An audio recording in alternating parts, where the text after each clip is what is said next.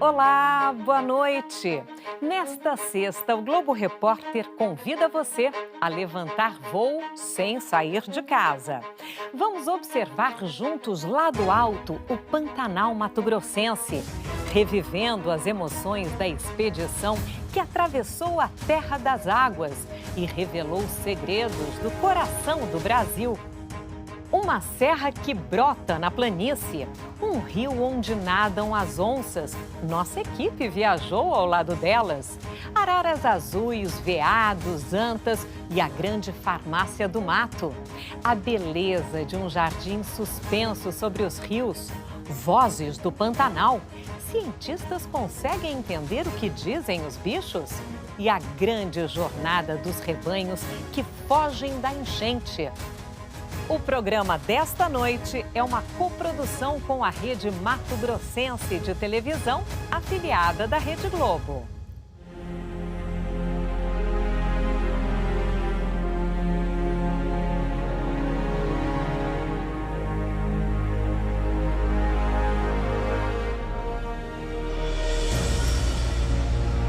Na imensidão verde, o primeiro desafio é a viagem.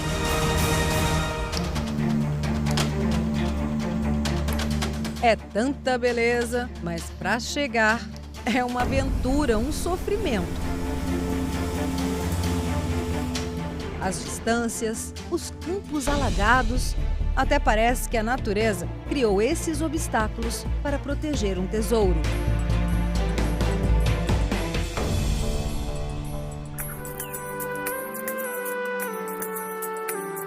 Quanto mais a gente avança, maior é o encantamento. Até na árvore morta tem vida, araras azuis. Elas passam horas comendo os cocos de acuri. Os veados nem se importam, continuam ali, pastando. Mais arisco, o lobinho encara e foge. E a anta se esconde no mato.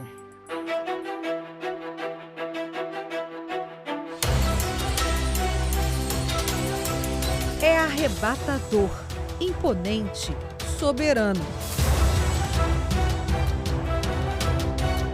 O Pantanal, visto de cima, é a terra das águas. Se revela ser um emaranhado de rios, lagoas e verde, muito verde.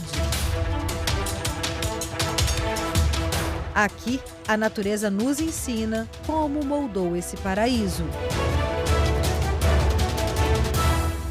Essa é a região mais isolada do Pantanal e uma das mais importantes para a conservação de toda a planície pantaneira. É que aqui tem a vegetação do Pantanal, do Cerrado, da Amazônia e também a Serra do Amolar, que é um refúgio natural.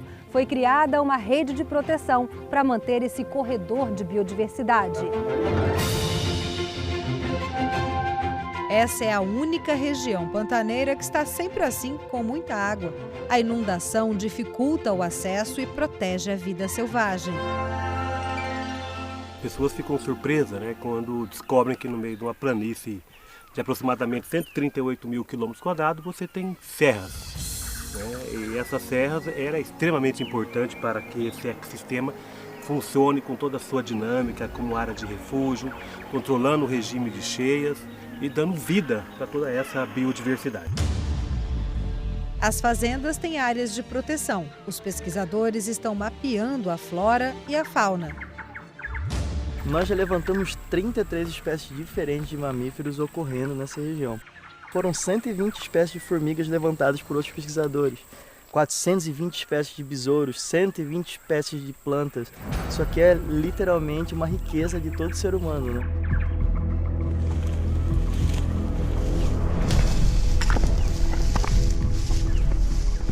Chegando.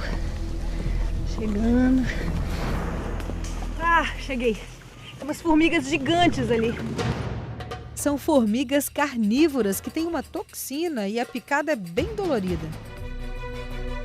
No passado, as imensas lagoas de água doce confundiram os primeiros aventureiros europeus.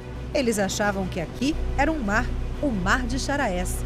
Hoje, sabemos que esse é o caminho para o Parque Nacional do Pantanal. Isolado, o acesso até o parque é por avião ou pelas águas. Nós partimos de Porto Jofre e seguimos de barco pelo rio Cuiabá. Nossa, que lindo! Imagino que não vai ser lá em cima, hein?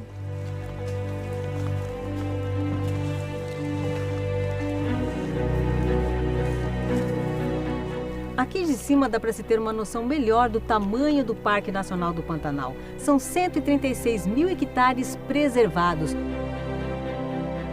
É uma área que é muito procurada para a atividade de pesca, tanto a pesca esportiva quanto a pesca profissional. Então, um dos desafios é manter o parque sem a atividade da pesca ilegal. A pesquisa científica ela é muito importante, então o parque também apoia a realização dessas pesquisas científicas para a gente ter um conhecimento da biodiversidade que está sendo protegida dentro do Parque Nacional. Um lugar de encontros raros. A onça passou nadando pertinho do nosso barco. A fêmea do cafezinho botou os ovos numa vitória régia. Seguimos o caminho das águas e encontramos um oásis às margens do rio Paraguai. O que a anta come? Alguém sabe me dizer o que a anta come? Ela está espalhando sementes para repovoar tudo isso aqui, todas essas vegetais que existem aqui. A riqueza natural é assunto das aulas. Compartilhar conhecimento para despertar nas crianças o orgulho de ter nascido aqui. Isso aqui é lindo. A primeira vez que eu vi essa serra, assim, eu fiquei completamente tonta com essa beleza e pensar que isso... Não sabia que existia, não sabia, que tinha essa coisa tão linda na fronteira com o Brasil.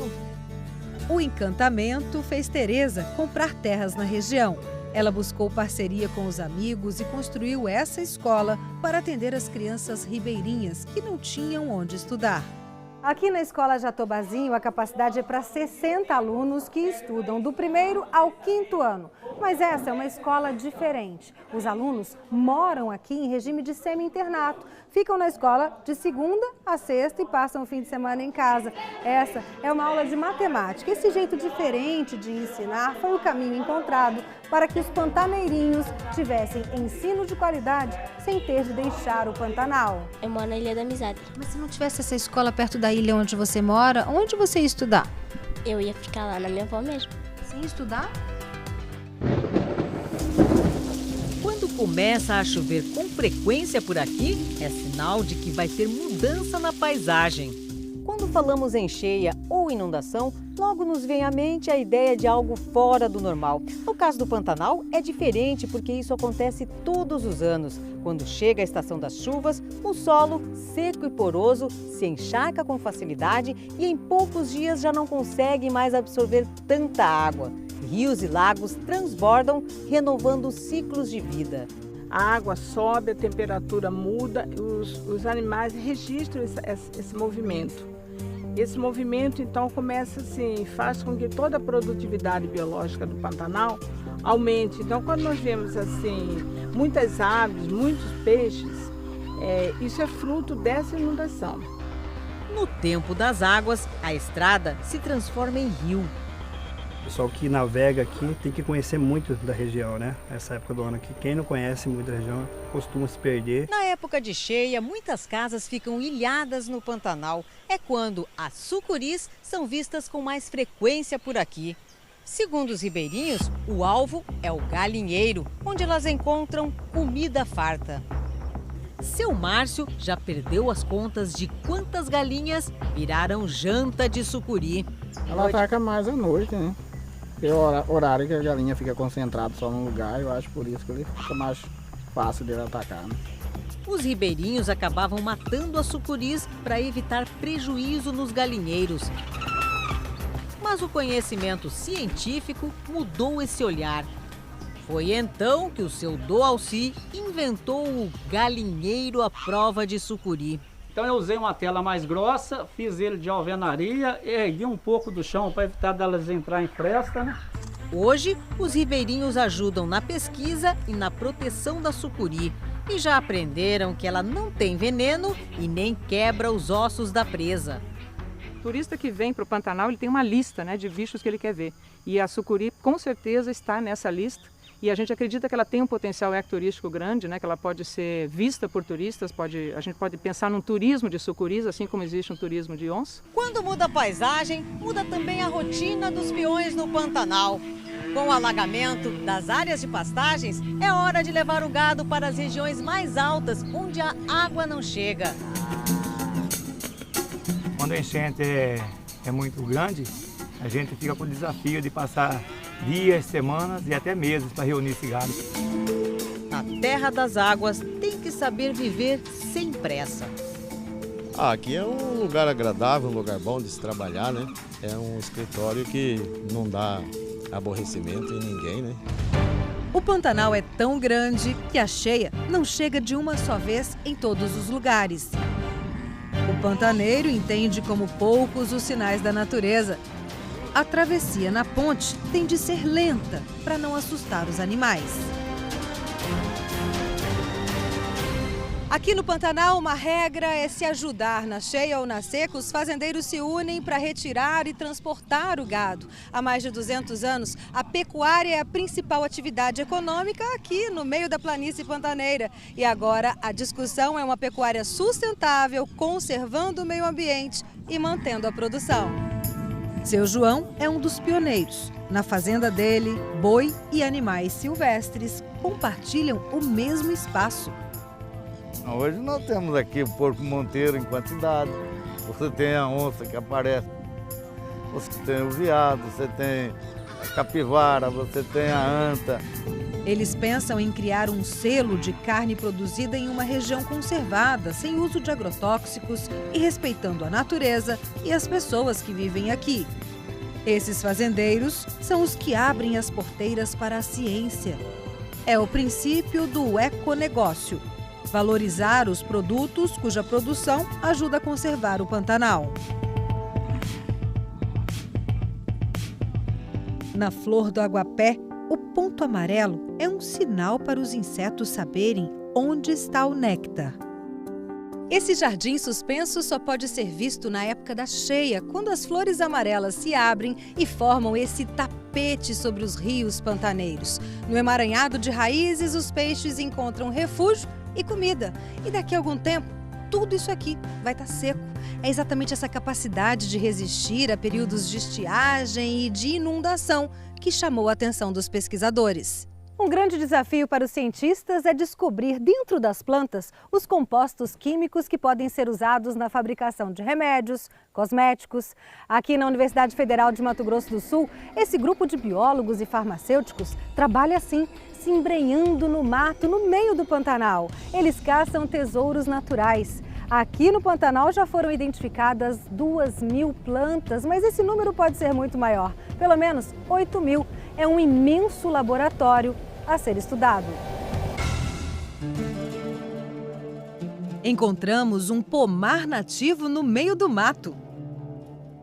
Os frutos caem maduros na época do calor, antes da cheia. Ele é meio azedinho. A cor alaranjada é o beta-caroteno, um protetor de células. Na semente e na polpa da canjiqueira tem o pisceatanol. Esse composto inibe o acúmulo de gordura nas células. Ele é um anti-inflamatório, no carocinho é onde mais tem esse composto. E ele também serve para fazer sorvetes, as pessoas utilizam para geleia, para um monte de coisa. Essa comunidade rural aqui de Poconé utiliza muito as plantas do Pantanal com objetivos terapêuticos, ou seja, no tratamento de doenças. É isso mesmo, dona Maria? É. Quando assim, as plantas que nós usamos, por exemplo, tem uma febre na criança, nós dá um chá do mato. Ou seja, não precisa nem ir na farmácia, pega tudo no mato. Tudo no mato. A farmácia da Dona Maria está a poucos passos de casa. Bom, esse aqui é o andilinho, que usa para diabetes, úlcera e gastrite. Essa pantaneira de nascimento conhece bem o potencial de cura das plantas. Dona Maria, qual que é a parte que a senhora usa para fazer o chá? Esse aqui. Esse aqui parte é vermelha. A parte mais avermelhada? É, um pedacinho aqui, massa bem, ele põe na água para tomar. Essa parte branca também dá para usar? Pode também. Essa flor amarela e delicada é um remédio natural. Olha esse cheirinho dela. Nossa, então que ela delícia. tem um óleo essencial aromático muito rico aqui e muito agradável. Mas esse amarelinho dela são os flavonoides, que são substâncias que protegem ela contra o sol. Os flavonoides combatem o envelhecimento das células e têm efeito detox. O extrato da flor de Jateica também é anti-inflamatório. Ela mata as bactérias e isso melhora essa inflamação da gengiva. Então a pessoa consegue recuperar a gengiva e a gente tem a eliminação da bactéria que causa a cárie também. Então quer dizer que aqui nessa florzinha pantaneira já encontraram um efeito bactericida? Sim, a gente já pode ter aqui um futuro enxaguatório bucal. Agora eu vou colocar a casca do angelim na água aqui. Intuitivamente, a pantaneira encontra a dose e o jeito certos de preparar o remédio na água fria. Não pode ferver, o angelim é forte. Quando eu coloco água quente e levo ao fogo, eu vou estar extraindo muito mais o princípio ativo. Então, o ideal é estar preparando e deixando em contato com a água um pouquinho para poder fazer o processo de extração. Mas é amargo, hein, Dona Maria? Por isso que é bom para dor no estômago.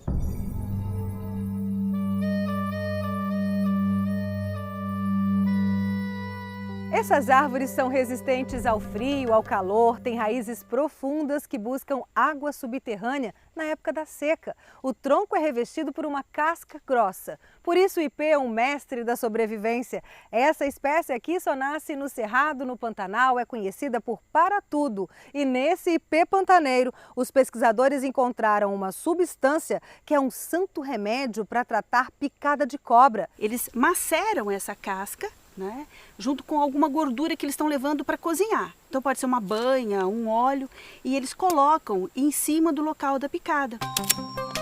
A gente tira aqui esse tecido morto dela. O que o ipê usa para se proteger também pode curar as pessoas. Nossa, é muito amargo. E ela é amarga justamente por causa dessa substância que a gente estuda, que é um eridoide. Esses ratos receberam pequenas doses do veneno e foram tratados com o extrato do ipê pantaneiro. Não tiveram sequelas. E aqui a gente pode ver o quanto se reduz a hemorragia.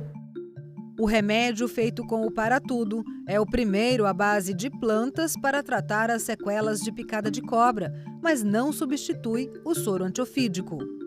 Aqui no Laboratório de Bioquímica da Universidade Federal de Mato Grosso, o desafio dos pesquisadores é avaliar cientificamente se as plantas de fato têm as propriedades que podem levar aos efeitos relatados pelos pantaneiros. Lembra da Dona Maria, que usa a casca do angelim para dor de estômago? Pois é, as pesquisas revelaram que a planta também é um santo remédio para tratar diabetes. Nós constatamos também, então, que esse efeito se deve à melhora na ação da insulina no organismo.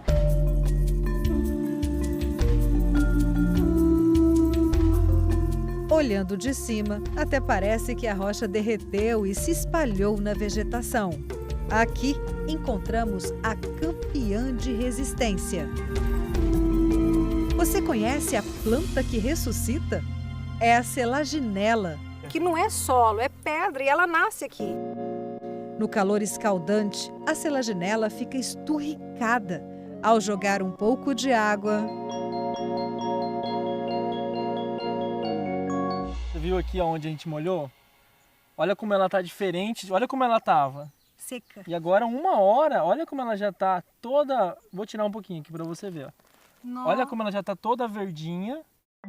Essa defesa da planta é a grande descoberta. São cristais de açúcar, uma reserva estratégica para dar resistência à selaginela. Aqui a gente vê a planta com os pontinhos brancos e quando coloca uma luz ultravioleta, olhem só a mudança. Tudo que está roxo aqui é um composto químico que estimula o sistema imunológico. Ele passa, então, a fazer com que o organismo reaja e enxergue aquilo para poder reagir, combater e eliminar aquele parasita. A selaginela pode ser usada no tratamento de leishmaniose visceral. Os testes já comprovaram a eficácia dessa plantinha pantaneira. Na biodiversidade, pode estar a cura para muitas doenças. Eu tenho 67 anos, fui no médico 3 vezes, eu tenho 6 filhos. Assim, tudo criado no chá. Sinto uma dorzinha, um chá. Qualquer coisa, corre para a farmácia do mato. Farmácia do mato, é um chá.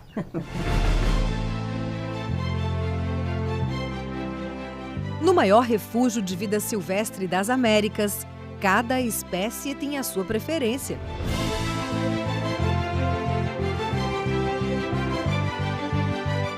Os campos mais secos são endereço de tamanduá. E chega perto para ver. O tamanduá mirim tem uma vértebra a mais na coluna que o ajuda a se apoiar no rabo e ficar em pé, para parecer maior e assustar o inimigo. Essa bravura passa logo e ele se esconde na árvore mais próxima. Ao amanhecer, os pesquisadores saem em busca do maior de todos os tamanduás. O bandeira é um gigante solitário, um bicho que só existe na América Latina, diferente de tudo. Não possui dentes, tem um metabolismo muito baixo, uma temperatura em torno de 33 graus. Ele tem um olfato muito aguçado, mas audição e visão não. Esse aí não sentiu nosso cheiro. Os pesquisadores preparam os dardos para a captura. Um vai com uma pistola e eu com a zarabatana e a gente faz a anestesia do animal. Agora a gente tem que ficar aqui um pouco longe deles, esperando essa captura. Boa sorte. Obrigada, viu? Vamos lá. A aproximação é lenta. O tamanduá percebe e foge. Aí começa a correria para anestesiar o bicho. E é o assistente de campo, o Fabiano, nascido no Pantanal, que consegue pegar o tamanduá no laço.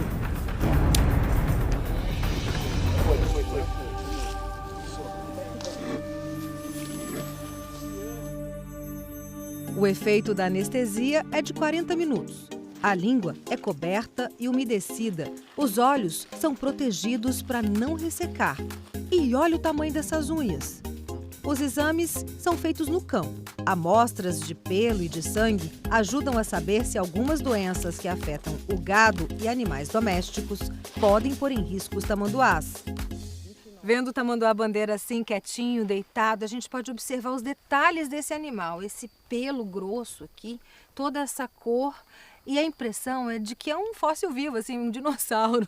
Há quanto tempo existe essa espécie? Ele tem aqui a estimativa de 13 milhões de anos.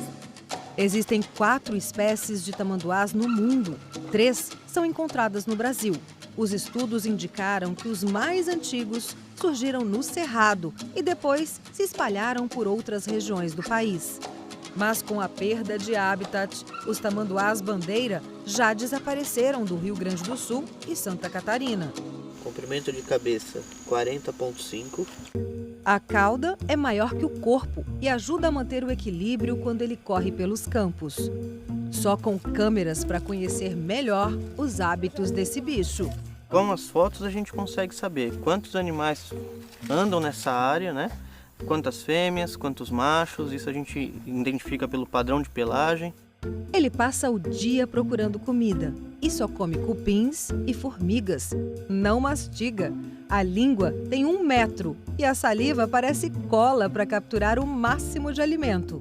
Ele tem um pezinho que parece o pezinho de uma criança, ó. Tanto é que aqui no Pantanal tem uma lenda, principalmente no Pantanal Norte, que falam que tem criança andando à noite. Na verdade é o tamanduá. Esse bicho sofre por causa de crendices populares. Viu um tamanduá-bandeira? Era azar. Ai. Era azar. E aí tinha gente que acabava matando o animal, né? E não é nada disso, né? É um bicho maravilhoso. A fama de azarado quase levou o tamanduá à extinção. Fabiano mudou o jeito de pensar depois de virar assistente de campo dos pesquisadores. Você protege? Eu protejo. Não deixa ninguém da carreira em tamanduá? Não deixa não. Outro perigo, as rodovias no Pantanal e no Cerrado. São muitos atropelamentos. No Centro de Reabilitação de Animais Silvestres de Campo Grande, chegou mais um filhote que perdeu a mãe na estrada. Ele ainda toma leite no potinho. Ele acha que a almofadinha é a mãe dele. Olha aqui. Eles ficam em torno de 8 meses, né, grudados no dorso da mãe. E esse aqui é o porto seguro dele. Qualquer ameaçazinha, ele dá uma saidinha, mas se ele se sente ameaçado, ele volta para cá. Hoje, ele vai comer cupim pela primeira vez. A reabilitação é lenta, mas dá resultado. 60% dos filhotes se recuperam e são soltos. Antes disso, recebem um chip para serem monitorados. E no desafio de salvar essa espécie, encontros inesquecíveis. A natureza é incrível aqui e ver este animal, nunca na minha vida eu vi algo assim. Uau! Que emoção, né? É muito emoção. Como se chama o animal? Tamanduá. Tamanduá. Bandeira. Bandeira. Bandeira, como bandeira? Bandeira. Você seria capaz de traduzir a conversa dos animais?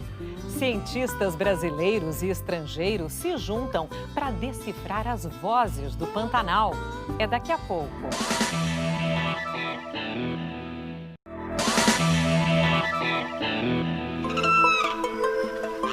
O som da vida. Basta ficar quietinho para ouvir uma orquestra natural. Às vezes é difícil até saber de onde vem o som.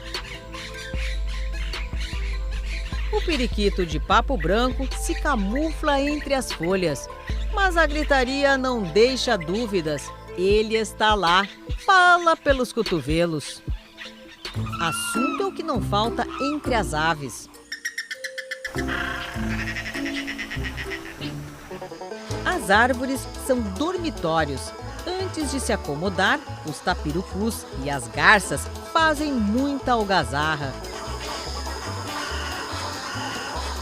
Os quero-queros dão o alerta quando alguém se aproxima. Algumas aves emitem mais de 120 tipos de sons que podem indicar medo, fome ou acasalamento. Mas tudo isso ainda é um mistério para a ciência. Pesquisadores brasileiros e da Europa se uniram para estudar os sons dos bichos do Pantanal. Neste estudo foram instalados 20 equipamentos como estes em diferentes habitats do Pantanal. Eles têm capacidade para gravar 24 horas por dia, 7 dias por semana, ao longo de um ano sem interrupções. Nenhuma área úmida tem um monitoramento tão preciso como este. O bioma Pantanal é usado por milhares de aves migratórias dos Estados Unidos, do sul da Argentina, da Terra do Fogo. Assim, nós conseguimos registros não só das aves que vivem aqui, mas das que vêm temporariamente para reprodução ou alimentação, como a maioria das aves aquáticas. Esta é a etapa mais complexa e sofisticada da pesquisa. 15 pessoas trabalham simultaneamente aqui em Mato Grosso e nos países parceiros do projeto, Alemanha, Bulgária e Eslovênia, para separar e analisar imagens e sons captados no campo. Eles não têm apenas cantos bonitos, eles têm um complexo repertório de comunicação. A pesquisa com os jacarés revelou que a comunicação entre eles é adaptada ao ambiente. Quando estão acima da água, eles se comunicam como a gente, usam a voz. É uma comunicação bem rápida e direta e todos podem entender. Então, quando ele coloca a cabeça para fora da água para respirar, ele produz 2 sons simultaneamente, o da respiração e o som mecânico da cabeça batendo na superfície da água. Assim, transmite ondas sonoras dentro da água. No grito, os jacarés disputam o poder. Quem fala mais grosso demonstra mais força e marca território. Os pesquisadores também gravaram os sons da conquista, um ritual entre macho e fêmea. Durante a reprodução, os machos usam todos os sinais possíveis. Voz, batimento da cabeça na água e movimento das patas dianteiras, produzindo as ondas sonoras e infrassom. É o cenário que provoca a dança das águas.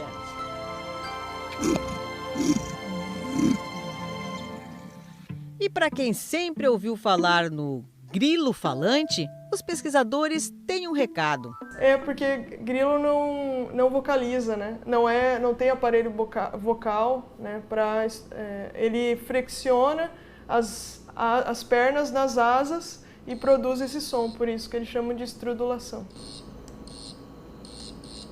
É uma biblioteca de sons, imagens e vídeos do Pantanal. Isto tudo precisa ser analisado e que possa dar respostas extremamente importantes para a conservação do Pantanal, ou seja, para a conservação da maior área úmida do planeta.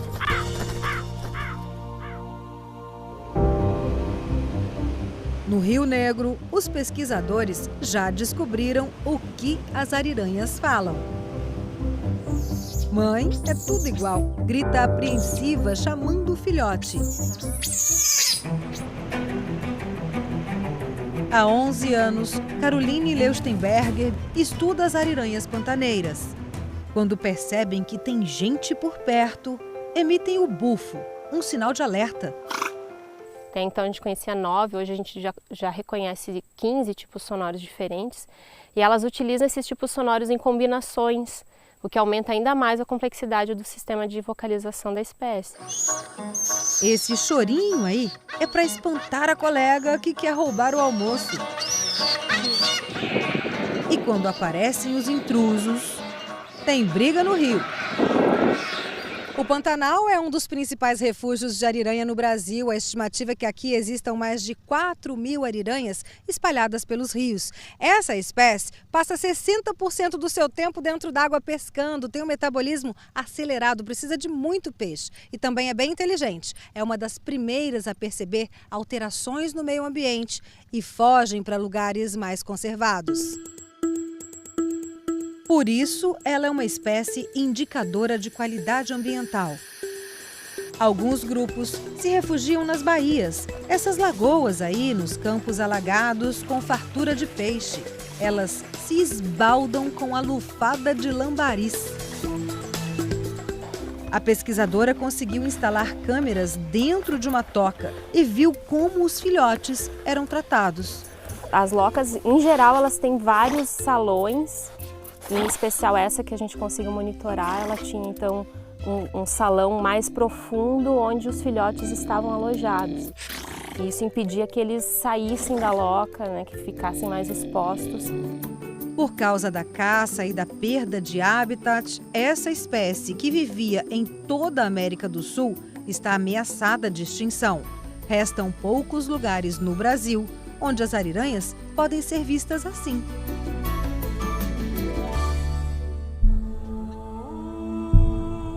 Essas rochas têm mais de 1 bilhão de anos. E quando a gente chega aqui no topo do Pantanal, dá para entender como tudo isso se formou. A serra, ali atrás, é uma barragem natural que segura a enchente e, por isso, a planície vai inundando aos poucos. A água vem da parte alta. Todos os rios pantaneiros nascem no Planalto, longe da área que alaga. E é lá que estão as ameaças. A borda em volta do Pantanal tem 217 mil quilômetros quadrados. Quando a vegetação nativa é retirada, a terra fica frágil. A chuva leva a areia para o leito dos rios que vão entupindo a planície. E no Pantanal houve um avanço também grande de desmatamento, principalmente nas bordas do Pantanal. Então são duas frentes de impacto que a gente vê acontecer. A ocupação do Planalto e com a maior entrada de sedimentos, e o próprio uso da terra dentro da planície, né? O desmatamento para a plantação de pastagens nativas.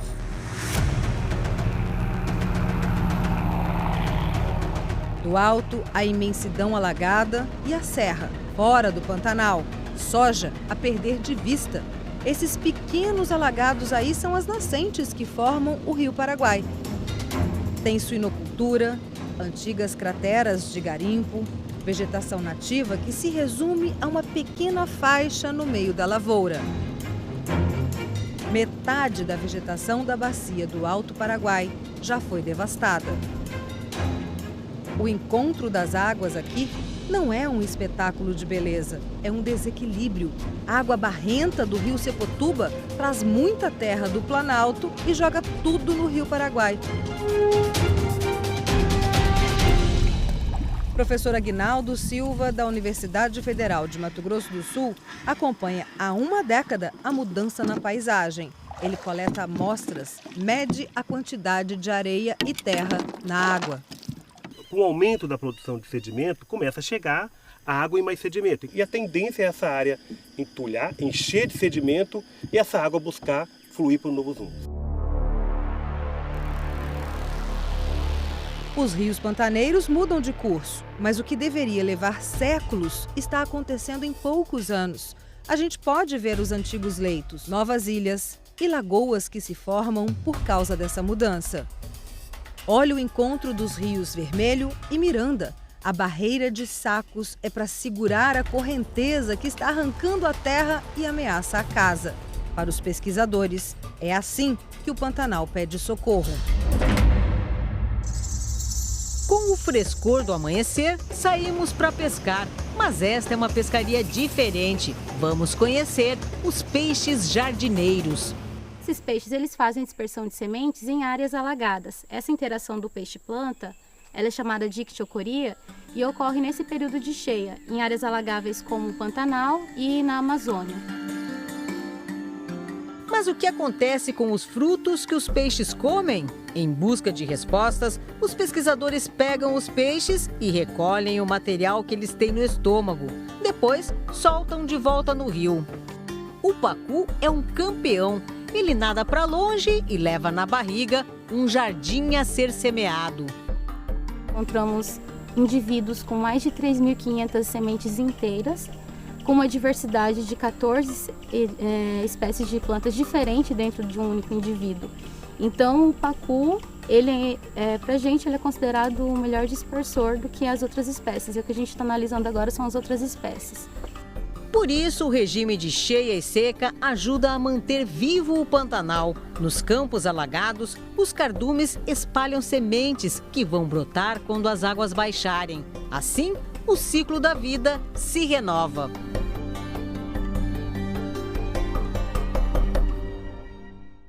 Nossa viagem pelo Pantanal termina aqui. Agora você assiste a sessão Globoplay com a série SWAT. E a gente se vê na sexta-feira que vem com um programa especial. Boa noite para você e, se possível, fique em casa.